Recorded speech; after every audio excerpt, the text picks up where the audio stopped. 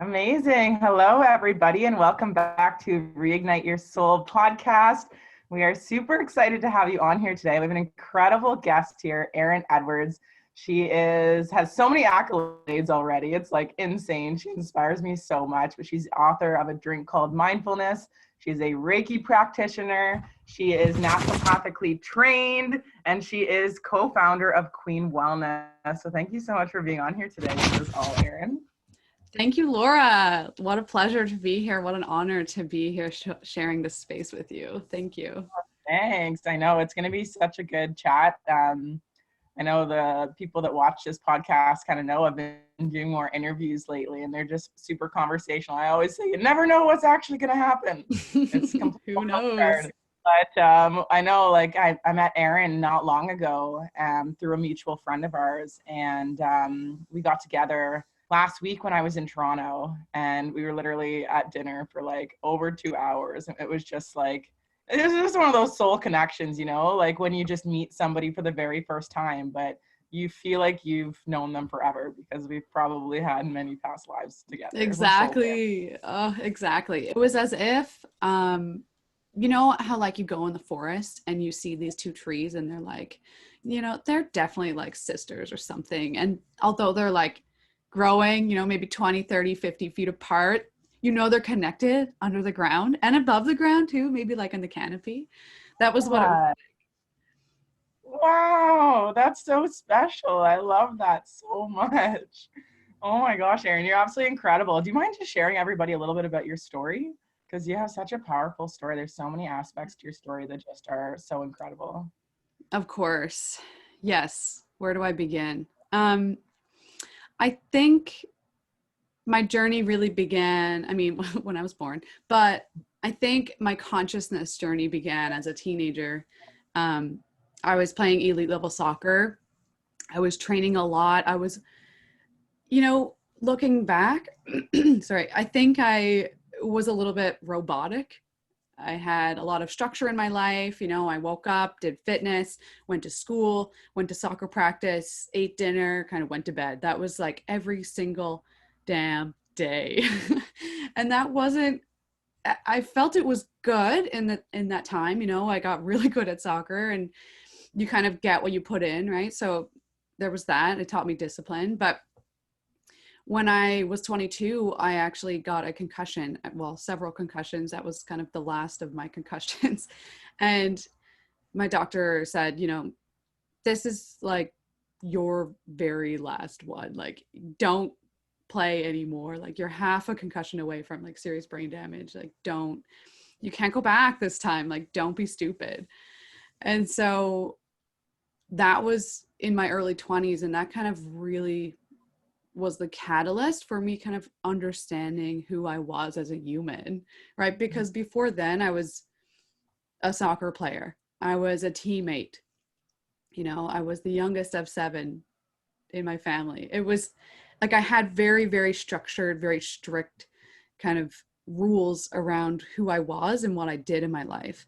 And before then, I really didn't have an opportunity, I don't think, to learn more about myself. So there's that, I think, really, really impacted my life, and in a good way. It taught me a lot of discipline. It taught me really, really a lot of the benefits of, having that kind of lifestyle, just as exercise as medicine and, nutrition as medicine and everything about that. So in playing soccer, it really kind of gave me that holistic kind of feel in terms of how can you as a team level up.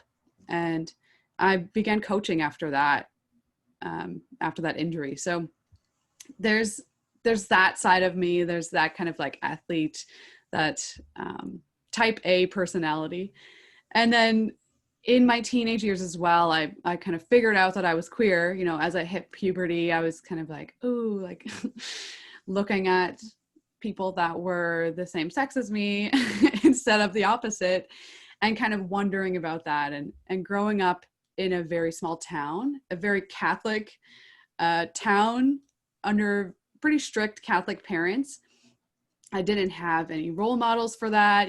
I questioned constantly myself, my own decisions, my own attractions. And so that was kind of the first bit of me, I think, kind of starting to challenge the norm that I knew, right? Going to church every Sunday, like, what was that? Why are these people hypocrites? You know, they don't accept me. They don't accept the real me, although I'm being fake right now, right? So there was all these thoughts in my head as a teenager that were really rebellious, you know, that teenage angst. But that was me coming into my own. And that was maybe the first time that I've questioned authority, questioned what I knew, questioned my parents, you know, questioned the expectations that were surrounding me in terms of the relationships that I had and even the friendships. You know, I questioned those because I came out to my friends first, obviously, and that was even in itself very strategic. I only came out to like my guy friends first so they wouldn't feel like threatened, and you know, looking back, it was, what the hell, like it was ridiculous. Like I should have just, Building you up know, your stepped confidence into my is a huge power. move. Yeah, that's massive. Right. So I was slowly kind of learning how to take those steps into my own power. And yeah, so I guess I came out fully when I was 18 to my parents and to the world and everything else. And that really started my journey. Of course, at that time, I was also in university. I was first year university, obviously living that dream, living in residence, partying a lot, you know. It wasn't until really second or third year that I kind of just was like, okay, I need to like stop being so crazy and stop partying so much. But even then, I'll let you know as we go further into my stories that I became basically a binge alcoholic in my early 20s. And university wasn't really the only beginning to that. I think it started earlier in my life, trying to deal with being queer and trying to come out. And I guess for your listeners who maybe don't have that experience, the experience of coming out is not just a one-time thing, right? You come out to every single friend that you make, every single move that you make. If you go to a different town, if you go to a different university, if you make a different soccer team, you know, you have to come out over and over and over again. And that can in itself be traumatic, right? Mm-hmm. Very traumatic. So sure. I think for my early years of my life, up until I was about 20, I kept doing that over and over and over again, you know, and then I went to university and I had to do it again.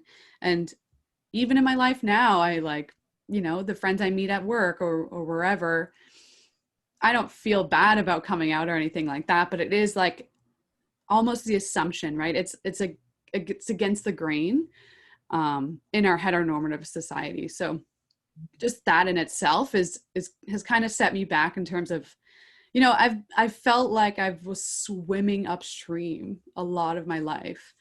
And yeah, so there's that. There's all that.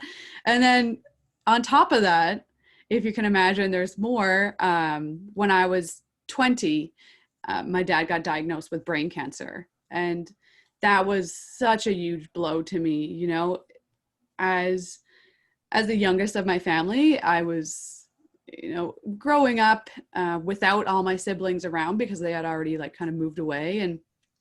And so it was just me and my dad there for a bit, you know, for a couple of years during university because my mom was, you know, visiting my other siblings in California, Montreal, etc. So yeah, myself and my dad really had gained a sort of connection that we never had before. You know, he'd always been my number one fan in terms of, you know, coming to my soccer tournaments and keeping all my stats and all that, you know. So when he got diagnosed with brain cancer, it was a huge blow. And his brother also had been diagnosed with brain cancer a few years before. And it wasn't very long before, like after he got diagnosed, that he had passed. So I think for me and my siblings and for my mom, we were really, really trying to figure out, and you know, everybody came home to Newfoundland right away because we were like, oh my God, you know, that the worst thought was on our mind, death. So He lived for another 9 months. He went through chemo, he went through all that, and we helped him out through that. And I guess that's probably what started maybe my binge alcoholism, along with, having to stop playing soccer because of those concussions. And I was just a total wreck, just totally lost it. I was the furthest down I could have probably went in terms of depression over the next couple of years after that. And it was really tough in my early 20s. And I think losing a parent when you're that young, you don't really know how to function, for one. You're still trying to discover your own identity. Yeah. And then it also changes the relationships that you have with your family, with, your other parent, your friends. It's a whole other thing, right? And so I was really learning to come into my own, and really learning at the same time how to be, how to show up for someone, right, who needed care. So I think those big events in my life really, really hit home for me. You sometimes you have certain things that make you do a 180, and death, of course, is definitely one of them, and addiction probably another one, at least the recovery part of it, if not while you're in it. And coming out as a teenager, those were really big events in my life. And I talk more about those 3 specific events in my book, A Drink Called Mindfulness, and really how I was absent-mindedly doing mindfulness to kind of get through it all. Oh, I love that. I was, an alcoholic, but I was still doing breath work, like it's not one or the other. I was a soccer player, and I still knew how to perform under pressure because we had a lot of visualization training, so those little things I didn't even realize were really mindfulness, right? And I hadn't even been exposed to meditation yet at that point in my life.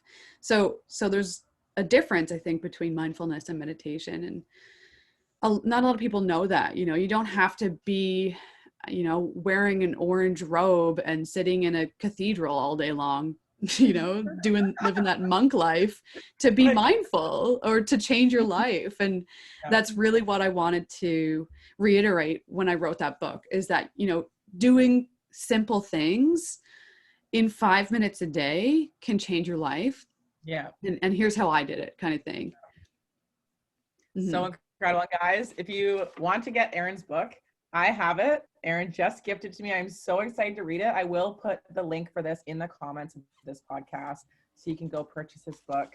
I'm so excited. Yeah, honestly, Erin, like your story is so incredible. And you said so many golden nuggets in there. Like, I think first off, I think a lot of us, well, almost all of us, unless you're in like a career like us where you really have to dig into your story and find out like what those pivotal moments were, like you don't really think about it. I know when I first got into entrepreneurship and what I'm doing, it was like you undervalue your story so much because, like you said, we're just going through all of these moments and we just do it, right? We don't know what we're doing. We don't know how we're doing it. We just do it. We're so resilient. And when we can go back and actually look at all of those pivotal moments that actually like we overcame and we got through, even though they were the hardest times of our life. And for you and your story, a lot of it was about finding that identity, right? And I heard a quote in a podcast that I was listening to just recently, and it was like, everybody's looking to find themselves. And in reality, it's like, they're looking in the external world to find themselves, but it's like we truly just need to look within and all of the answers are there. And it's like, you're a very intuitive person. And I know like throughout my own journey too, I never thought of myself as a spiritual person or an intuitive person, but I was intuitive all along, right? It's like I always say this, but when we look forward, we never know what the heck's going to happen. It's just a big blur of unknown. But when we look backwards, we're able to connect the dots as to how we actually got here. And all of it happened just by you being present in the moment and just like intuitively flowing with the things that resonate with you at the time. And I just want to say, I'm so proud of you for like overcoming everything that you've overcame. And like from like the very beginning, like from your soccer, like having that identity shift. And then like from coming out, that identity shift. And then from your dad passing, I know you mentioned death with your dad passing, but there is like I've been learning this a lot lately too, because obviously things right now with the energy in the world, we're all elevating very quickly. And there's a lot of death and rebirth happening within our own selves. I remember a couple of weeks ago, I looked in the mirror and I was like, who is that? Who is that staring back at me? I don't even know, right? I don't even know, because it's like, we're just changing so much. And like all of those pivotal moments that you had, it was a death and a rebirth of a new version of Erin. And that's all comes from within. And it's so cool, because us as humans and human consciousness, it's like that growth is like unlimited. That potential is like, there's no end to it.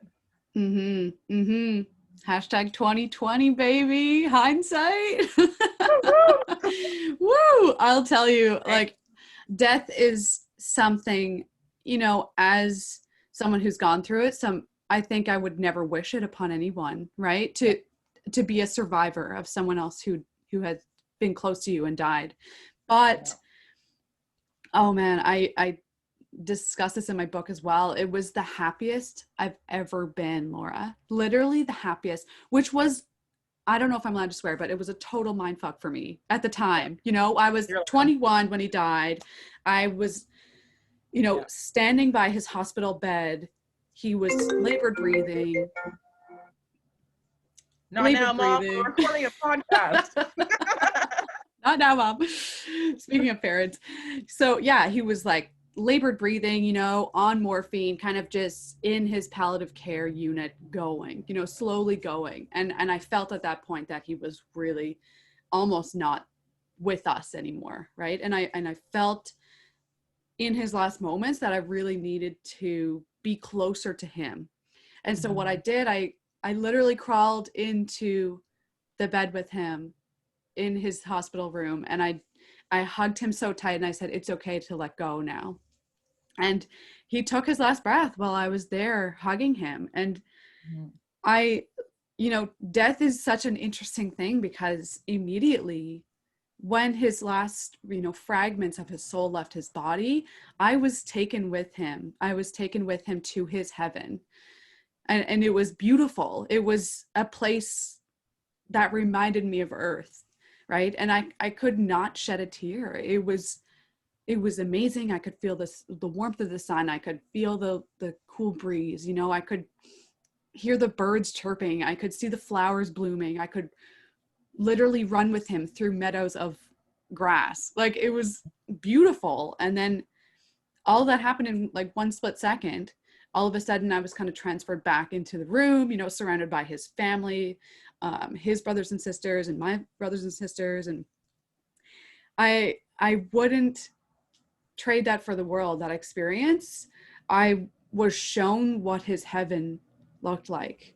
And for me, that was so happy, right? So I came back into the room, into my body, thinking, oh my God, that's amazing. I'm so pumped for you, Dad. Like, go, you go, bro. Like, get on that heaven. Like, you know, and I came back feeling that way. And meanwhile, everyone else in the room is like just crying, tears flowing, you know, ultimate sadness. You feel that cloud in the room when everybody is just like, you know, and it was a feeling juxtaposed like with their feelings. And I felt bad about that for a long time. I felt bad that he had died and that I was happy that he died. And I think that's something that we don't often talk about in death in general. Like, it's really something that, you know, people expect you to be sad, but no, the feeling, the spectrum of feelings that you feel is all over the place, right? When someone dies. And I've had the opportunity, I guess, the rare opportunity to be close to someone else who has died really recently. And it was the same feeling. I felt happiness for them. And it was even worse in that situation because it was a suicide, you know? And so everyone who was left behind felt, you know, all the survivor guilt, you know, all the survivor anger. And I felt so happy, you know, that she had finally in her last moments chose to make an empowered decision to move on, whatever that means, right? And I always say that we humans are so life biased, right? We don't know anything else. We don't know what it's like to be anywhere else. And so I find a lot in the energy world that people are a lot more okay with death because like you said, it's more of just recognizing that everything in life is a death and a rebirth at the same time, and we're reminded of those things time and time again. Look at the seasons, 4 seasons per year. Our earth goes through death and rebirth all of the time, and we don't even acknowledge it hardly, right? That is originally what the equinox is, and the changing of the seasons has been for humanity, and we've kind of lost that.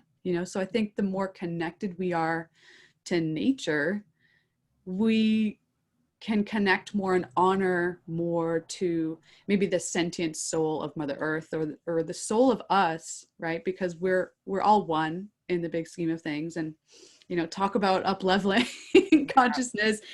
This is really what it's all about: moving forward and leveling up. And I hate that. I hate that kind of jargon, because it implies that we were lower than before, right? Or the people that aren't worthy are lower than, which is not the case. Like, I don't like that hierarchy. I think that everyone has that power, everyone has that intuition and that wisdom lying within them. It's a choice. It's the choice at that point, whether they act on it or not. Mm-hmm. Wow. Everything that you just said, it just speaks to my soul so much. And like that oneness, like it truly is like, we're all one. And for the listeners, like, I'm not too sure what your belief systems are. I know, like, when I was younger, I didn't really have much of a belief system, like I thought everything happened for a reason. Like, I truly did have this trust that things would just work out, but I never believed in a God. I never believed in, I wasn't sure whether I believed in life after death and all of these different things. But once I started actually doing more meditation, and I did plant medicine and all of these things, it really opened up my mind to more. So I know I always say on this, keep your minds open and your hearts open to what's possible, because there's so many things, we're so we only know what we know. And we've been we only know from our immediate family. We know from our surroundings, our teachers, our education system. We know from mainstream media. And I think we forget sometimes. This has came up quite a few times this week for me, but I think we forget sometimes that we are the first generation that has had Wi-Fi, cell phones, texting. We have so much information privy to us right at our freaking fingertips. And if you think about before that, they just didn't have access to more information. We have access to the most brilliant minds. We have access to the most incredible tools to be able to help us get through things, to be able to expand our consciousness. And I know I've said this in my podcast before, but I think we forget sometimes that each and every single one of us literally got created from our mother and our father, literally creating a cell and then duplicating into this beautiful human being. Isn't that crazy? We forget that your mother literally incubated you for 9 months, give or take a little bit, and then created a freaking baby, and you grew up into this thing. And yet we doubt certain things in our life. Oh, this can't be for me, or this, that's for that person, or no, I can't do that, or that's not real, this is fake, this and that. It's we place all of this judgment on things, yet anything is truly possible. And it all comes down to our belief system. When it comes to the topic of death, and it comes to all of these things, it's it has brought me so much peace knowing and just having that belief system that there is something else, that there's something more waiting for us, that this isn't all of the stuff that we're going through, all of the challenges, all of the good times, that there is a reason for it. And thank you so much for just sharing all of that, because it still is, it's a topic that the average person maybe hasn't been exposed to yet. And for me, it's just been over the last year where I've really stepped more into educating myself on matters like this. And it has brought me so much peace. I've never grown so much in my entire life as when I started expanding my mind to new things. Yes, Laura. Yes. Yes. Like I want more conversations like this that Yeah. literally make me go, yes, queen. Like I need that. And it's so fulfilling, right? And I just want to say something that you really it triggered me, not in a good in a good way, to think about that, 2020 is the year of the nurse and the midwife. Just talk about death and rebirth right there. Like nurses, how much do they do for humanity?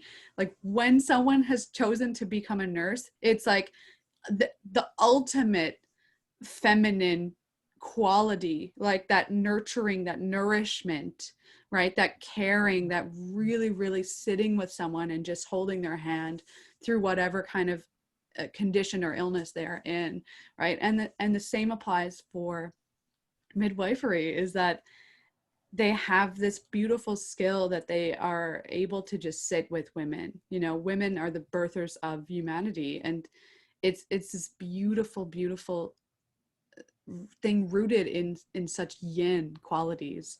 And that I think is the difference now in our world versus maybe 1,000 years ago when the patriarchy was gone wild.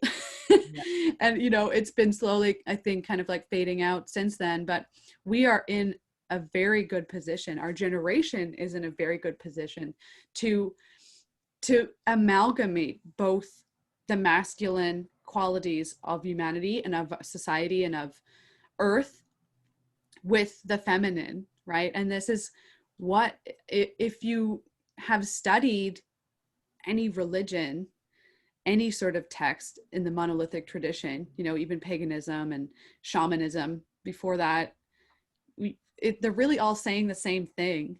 Yeah. They're just saying it in different languages, right? And that is to come together and to become one. Literally, like, just made me think of that Spice Girl song, To Become One. Like, yes, it's literally that. And we forget also that our parents, yes, they did, come together to make us, but we have been part of our lineage for a very, very long time. Yep. Right. And it doesn't matter if you believe in reincarnation or not at this point. It's like the thought of you, the soul of you has been carried by your grandmother, by your great grandmother, by your great grandfather, by all of your lineage back and back and back and back and back, 7 generations as far as the indigenous people here on Turtle Island say, but that could even be more, right? Yep. So 7 generations of me is really far back in my lineage, like all the way back, right? All the way back to the Celtic Druids and the Vikings, in my lineage, or whatever else I have in my lineage.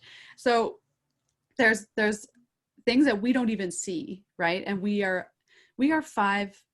use our 5 senses, right? And that is part of, us evolving and being here on Earth. But there is a whole other 6th sense that we've honored people for a very long time for having. And it feels like in the past, maybe 1,000 years, that people have been shunned for that, right? They've been killed, they've been burned, they've been every kind of, they've been incarcerated. And it still happens today. It's still happening. Because protectors of the earth, it's simple as that. People who are protesting, they get arrested all the time. So it's, every action that we do, it's not just coming from us, right? Let's not be naive about that. Like it's coming from the work that our ancestors have done for us several times over, right? And wherever that lands for us, we have to keep carrying it forward, right? So we are at a time right now, it's an opportunity, because a lot of our ancestors really, they had to be the ones getting beaten by their husbands or getting raped or, discovering new lands or whatever that is, or being the ones who were discovered, right? They were the ones who played that part in that story, right? And so in our overarching story, we are at a place right now, you and I and everyone else listening to this, because I really trust that they are hearing this. We're at a place right now where we see that. We've honored that. We've acknowledged that. We say, thank you, thank you, thank you. And then we totally turn the course. Okay. We're saying, okay, this is what the wheel has been like. Let's not, take a couple spokes out. Let's just remove the whole wheel and build another thing that also rolls. Whatever that means. We're at a point right now where we are able to do that. And, just in terms of women's voices being heard, Black women's voices being heard, Black people being heard, Indigenous people being heard, laws changing. There's so many aspects to this. The world is so complex, right? But what I see and what I gather is that more and more people are able to step into their power right now. Mm-hmm.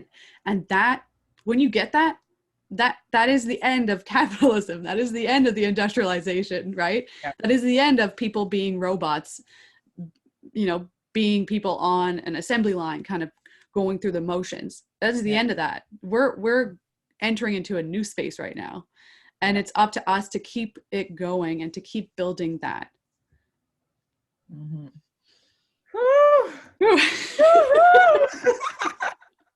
Was that like me channeling? I don't know, but that was something. It was beautiful. Like you talked about so many things in there, like the masculine, the feminine, like the past, the present, the future. And it's like all of it comes down to understanding that we in the present moment do have this accumulation of the past, but we're always just doing our best in this very moment to get through those things, but also forecasting what we want the future to look like. And like we said, like we've grown up in this environment where it's very masculine, like we're very goal oriented, we're very this, that, we're very fast paced. But COVID has really like sunk us into this, like it's pulled the rug out from underneath us. And we've been like, I know we were talking about this right before we started doing this podcast, how we've had so much more time in our own heads, right? And we've started realizing things that like we just never paid attention to before, where we get these, like it's that sixth sense, like, are you actually listening?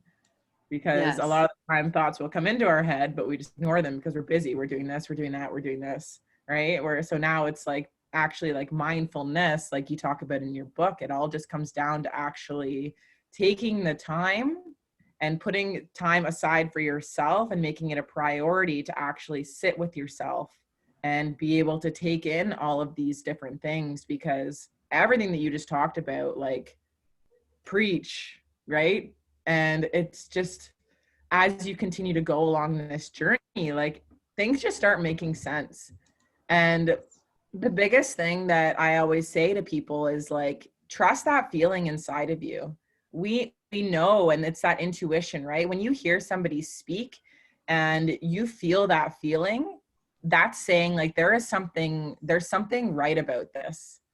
Mm-hmm. And follow it and explore it and learn and like grow and educate yourself and whatever that looks like. And the oneness and actually coming out of love and compassion. This is a world that we right now, like I am fully on board with us being the generation that is shaking shit up. Mm-hmm. We have ideas that have never been ever seen before. Technology, everything. Like we are in a time right now where it is pivotal. It's pivotal that you really step into your vision of what you see the world to be. It's pivotal that I step into that vision of what I want to do and create the things that are on our mind, because I know for so long I had these ideas or these things that I wanted to create, but then it was like I would doubt myself because it wasn't in the physical world yet. But the way that we bring things to the physical world is from our internal world. And it's funny because I was sitting in the kitchen, like these are the thoughts that I have in my head, but I was sitting in the kitchen the other day and I was just sitting there looking around and like, just take a second wherever you're at right now and just look around where you are at. There are so many things. Every single thing that we are currently seeing was created by somebody, right? Like this has been created by somebody. These crystals, they've been taken from earth, but they've also had men or women take it from its raw form and turn it into something. This book was like literally created by Erin. but like somebody took these pages from the trees and turned it into paper. All of these things were creations. And we just forget about these things, right? It's like taking things from our internal world into the external world is such like a beautiful thing. And we're stepping into this time now where we can truly be authentic. You can truly be who you want to be. Whereas back in the day, man, when I like look at my Oma and how boxed in her life was, like, bless her soul, I love her so much, but she did not have the same opportunities as we do. Yes. Yes. It's And I'm crazy. glad that you brought up your Oma, because I feel, this is really my opinion, but I think it's like a general opinion that's been floating around in the energy practitioner world, is that the work that we do, you know, the soul work, the shadow work, the, you know, deep in the trenches work that our generation is willing to do and has the space to do because of the people who came before us. We are not only doing that work for ourselves, right? We are healing the wounds of our grandmothers. We are healing the wounds of our ancestors that lived a long time ago. We are healing those wounds that they never had the opportunity to heal. So it's not even about me at that point, right? It's not even about me as an individual, me as Erin, you know, getting over my sense of neglect in childhood or whatever that might be, right? It's more about me allowing that to play out in my head and say, okay, I'm going to like talk to my psychotherapist about this or whoever else. But I'm also recognizing that it may not be me, right? So we talk about people being empaths right now. You know, empaths are huge right now. Everyone's an empath. Everyone is an empath, but a lot more people are identifying as an empath. And that's the thing. I think people are our age, I guess in our group, are realizing that it's the feelings that they feel, the anxieties that they have, the depressions that they have, the ups and downs, the swings, you know, the anger, frustration, all of that is not just theirs. And that's totally okay. It's a lot. It's, you know, it is from a long time ago. This is like thousands of years work of humanity's psyche. Yeah. Right.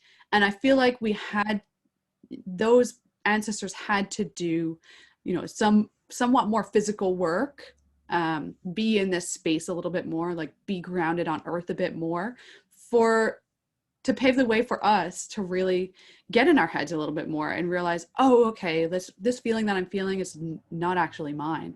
And so that's intuition, I think, on another level. Like, okay, you trust your own intuition. This is what you feel about the situation. But say when you walk into a room and you just don't feel right, you know, that may not be you not feeling right. That could be somebody else feeling anxious. Or you're like, man, why do I have this energy? Why do I feel this way? You're like, oh my God, it's not even mine. That's something I just like recently learned. And I was like, whoa. Yes. I understand this. Right. Not take it on. Well, that's another thing, right? That's like another level, I think. So we're in this stage where we at least recognize, you know, we see that this is the way we feel. And then all of a sudden we're like, the next level is like, oh, actually, this is not how I feel. This is how like the collective feels. Yeah. And there's so much collective. Right. And 2020, like all the protests, all the forest fires, literally everything, it could not have happened unless people had slowed down and given that space for it to happen. Everything. And people wouldn't have been listening otherwise, right? It's been the story of our life for the past, you know, 2000 years basically. And astrologically, I don't know a lot about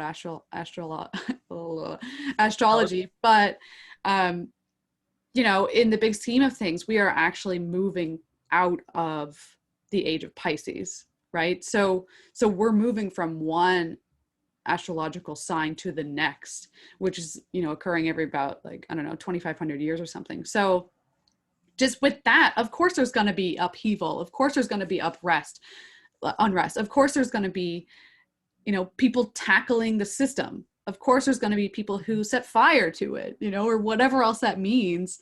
And we are in such a good space again to really, really see that, and again, maybe even remove ourselves from the feeling of anger and frustration and everything, and really look at that in a sense from like, you're looking at it from behind the scenes almost, you know. And that's what mindfulness gives.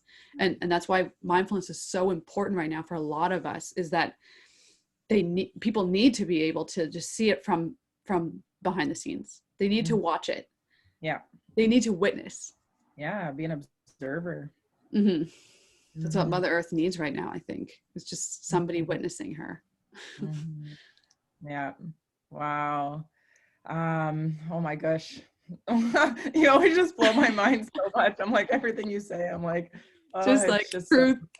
Literally, I can't stop saying these things. Like literally, every conversation I have is something around this, and it's totally okay with me, because I think that maybe I'm the person to speak about it, you know, and someone else can be the person to actually do something about it or organize around it. Yeah. Right. Yeah. And like our generation, like we feel so much, like, I know for me personally, and I'm sure you can relate to this too, anybody who's speaking their truth and speaking out on this right now, it can feel like a lot of weight to carry, right? Like you're not only carrying your own personal weight, now you're carrying all of this weight of the world. And to anybody that is actively like voicing all of this stuff right now, like, I just want you to know that anything that you're taking from your internal world right now and putting it out to the external world, like, I just want to commend everybody listening for it. Okay. Because that is huge. And the world just needs to know, right? Like it just needs to know what's inside of you. And we keep so many things inside, yet it's literally the most precious, intimate, sacred things. And it can be scary to be able to put it out to the world, but it truly is. Anything you put out to the world right now is up leveling and healing the planet and healing all of this generational stuff and healing ourselves along the journey. And the more that we as a collective, we individually start sinking into this mindfulness, and we start sinking into just exploring and being curious again, the more like as a collective, we are going to be able to raise that. And as that happens, we can truly create that change that we want to create, because the change is happening regardless right now. Like everything that's happening in the world is for a reason within the timeline that we're in. And it's like, we have choice and we are able to make an impact, even just with one single person raising their frequency, raising their vibration right now in these times, and choosing to take a look and focus on what's going good in their life. It's going to help. So even if things seem super small right now, guys, know that every single tiny little thing that you're doing is a win, and just be grateful and just show love and appreciation for every tiny little thing that you're doing. Because I know times are hard right now, but it's like, just really like, not like nail in your focus so that you're really intentional about the things that you're choosing to look at right now. Yeah. Honey. And yeah, and I just want to thank you so much for coming on here, Erin. You're honestly such a beautiful soul, and I know you're coming on Together We Rise to next Wednesday, so people can catch you on there as well. And I know you have some more upcoming things on your own. Would you mind just opening up and sharing a little bit about what you have going on? Because you're like, literally, like, just listening to you talk, your vision for the world, everything is just so incredible. So for any of the listeners that are listening, how can they locate you? How can they find you? What do you have upcoming? And of course. Yeah, a lot of things are happening. A lot of people need support right now. A lot of people need to honor themselves right now. And I just want you all, everyone listening, to know that you are the nurses of the world. You are the midwives of the world. And action isn't always in the way that we think. Okay. So action, you know, self-care could be action and protesting. Your own self-care could be staying in and making sure that you're safe. You know, so there's a lot of different ways to feel empowered and step into your own, you know, and don't feel guilty about the actions that you do or do not do, because they are all really productive.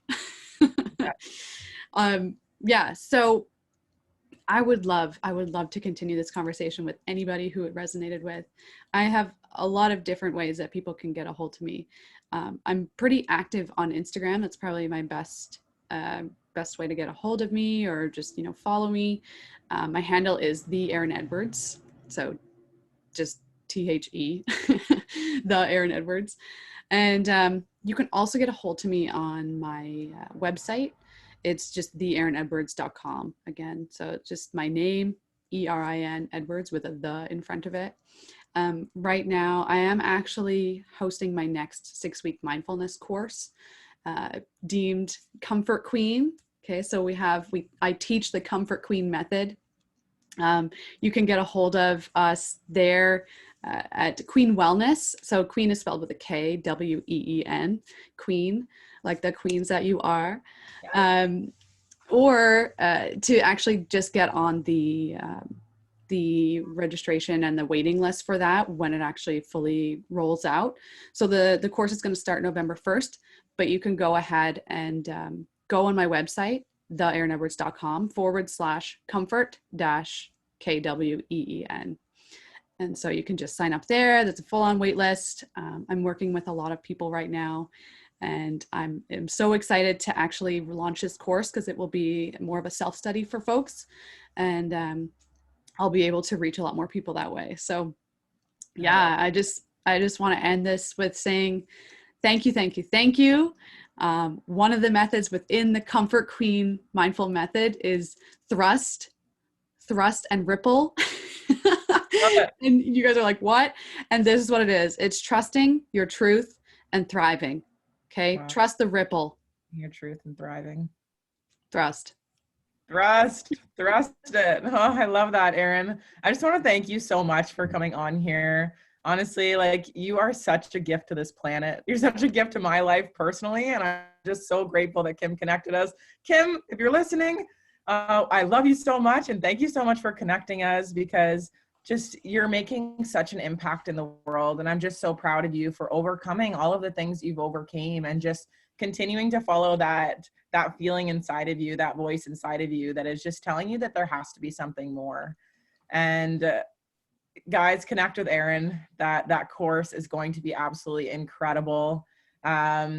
Just keep expanding, opening up your minds, opening up your hearts to what is possible for yourself, because you truly can create your life any way that you dream.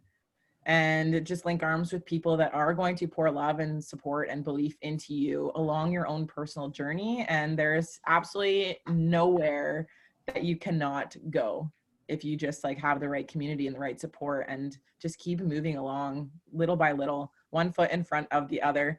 And just to end it off, I know I shared this with you before, there was this quote that I heard, every breath is a response. And it really resonated with me, because it's a lot of the time we feel like we need to be doing something, or we need to be go, go, go, or we need to be actively meditating, or we need to be actively doing this, or journaling, or doing this. But it's it's okay to just be, guys. You know what? It's okay to just be. It's okay to just sit there and do nothing, and just be you know what? Fuck it. I'm going to do nothing today. And just listen to that. Just follow it. Mm-hmm. Everything that's happening right now is exactly perfect. And we're all where we're meant to be. And I'm just so grateful to get to just link arms with so many incredible people like yourselves, Erin, so that we can really move this world forward where we see it going, because it's going to be such an incredible, beautiful, peaceful, loving, compassionate place where people can just be themselves and just thrive. So thank you so much for just opening up your heart and sharing everything with us today. I love you so much, girl. I love you. I love your listeners. Thank you all for being the light in the world. We need more of it. Share your flame with others. Oh, amazing. Okay. Bye, everybody. We'll see you on the next episode. Bye.